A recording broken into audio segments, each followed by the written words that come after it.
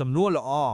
អូនប្រុសវ័យក្មេងស្រស់សង្ហាម្នាក់បានសួរលោកគ្រូសានសុជាតាក់ទងនឹងសេចក្តីស្រឡាញ់ចង់ដល់លម្អិតតោះស្ដាប់ទាំងអស់គ្នាបាទសំណួរលោកគ្រូបើលោកគ្រូមានឱកាសបញ្យល់អំពីសេចក្តីស្រឡាញ់តើលោកគ្រូគួរបញ្យល់យ៉ាងម៉េចតាមស្ទាយបញ្យល់របស់ព្រះពុទ្ធអរគុណស្រឡាញ់ហ៎បាទស្រឡាញ់ជាភាសាខ្មែរយើងប្រែមកពីបាលីប្រែពីពយៈក៏មានប្រែពី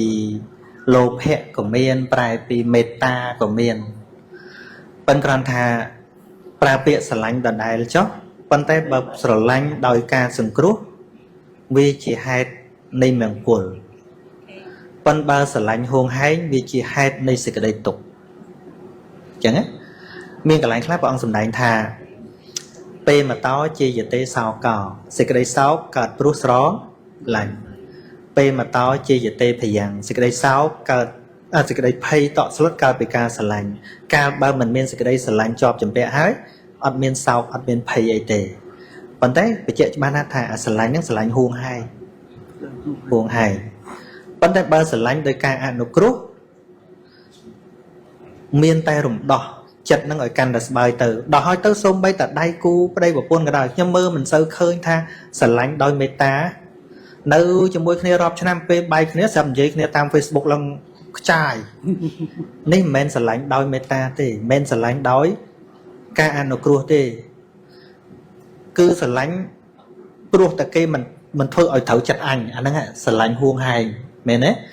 កាលពីមុននឹងតែប្រហែលខែប្រហោះមួយគ្នាឲ្យ sweet នោះ sweet មែនទេដល់ពេលបែកគ្នាគាត់ថាអញទ្រាំ10ឆ្នាំហើយ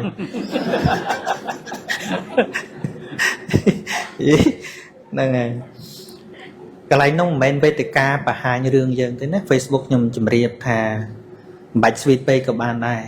លើនោះណាហ្នឹងហើយមុំទៅបានហើយទុក sweet ស្ងាត់ទៅពេលបែកគ្នាមិនសូវខ្មាស់គេនិយាយមែនណានិយាយមែនហ្នឹងហើយនៅពេលនេះមិនសូវខ្មាស់គេនិយាយមែនណានិយាយមែនហ្នឹងហើយនៅពេលបែកគ្នាបើស្រឡាញ់ដោយមេត្តាវិញទុកផ្លូវឲ្យគ្នាដើរផងទៅទុកផ្លូវឲ្យគេក៏ដូចជាទុកផ្លូវឲ្យខ្លួនឯងដែរមនុស្សអាចទុកផ្លូវឲ្យគេបានព្រោះខ្លួនឯងមានផ្លូវដែរផ្លូវក្នុងទីនេះមិនមែនផ្លូវអាក្រក់ទេណាដោះនៅសេចក្តីប្រកាន់ខ្ញុំមានស្ដាប់ឃ្លីបមួយបងស្រីម្នាក់នៅកំពង់ស្ពឺយើងទៅកាលឆ្នាំមុនណាហ្នឹងហើយគាត់ថាពីមុនមានអាណាជ័យឈ្នះគាត់ទេហើយប្តីគាត់មានអីចឹងទៅជេណាជេដល់គាត់ស្ដាប់ធัวទៅគាត់លះដល់គាត់លះទៅគាត់សប្បាយជាមួយនឹងពធចឹងទៅប្តីនឹងទៅនៅមួយគេក៏ទៅជួយមើលកូនថ្ងៃណាមកលេងកូនមកលេងមកគាត់ថាអត់មានការទុកអីផង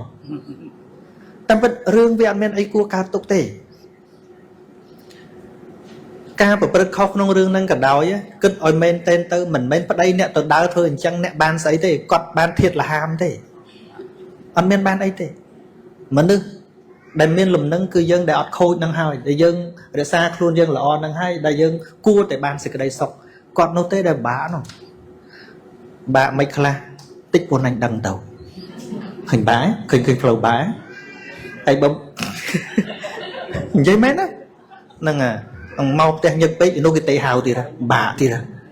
ឃើញបាក់ដល់យើងអត់មានខូចយើងអត់មានអីបាក់ដើរពើងទ្រូងអត់វាអត់ខុសហើយឲ្យមានយោនិសោមនសិការៈបន្តិចអ្នកដែលអត់ខុសនឹងហើយដែលគួរទៅរស់នៅដោយសេចក្តីសុខអ្នកដែលកើតទុកអ្នកលាក់លៀមនោះទេដែលគ្នាពិបាកមែនណាតែនិយាយចឹងច្រឡំថាខ្ញុំគ្រប់គ្រងឲ្យគាត់មានចុះអត់ទេគិតមែនតែនគិតមែនតែនទៅមានតែអ្នកដែលស្មោះត្រង់អ្នកដែលរសាសិលជាប់ទេដែលមនុស្សមានក្រោះការពារខ្លួនឯងហើយមិនយកអាហ្នឹងទៅជាមោទនភាពទៅមើងងាយគេអត់ទេគឺវាអត់ចាំបាច់ពិបាកមែនទេអត់ចាំបាច់ពិបាកហើយគាត់លាក់នៅខាងក្រៅហ្នឹងយើងចេះថាមិនក៏គេទៅធ្វើចឹងបានអញធ្វើចឹងបានអត់ទេអត់ដូចគ្នាទេហ្នឹងខ្ញុំអនុមោទនាអ្នកស្មោះត្រង់ឯនេះទេ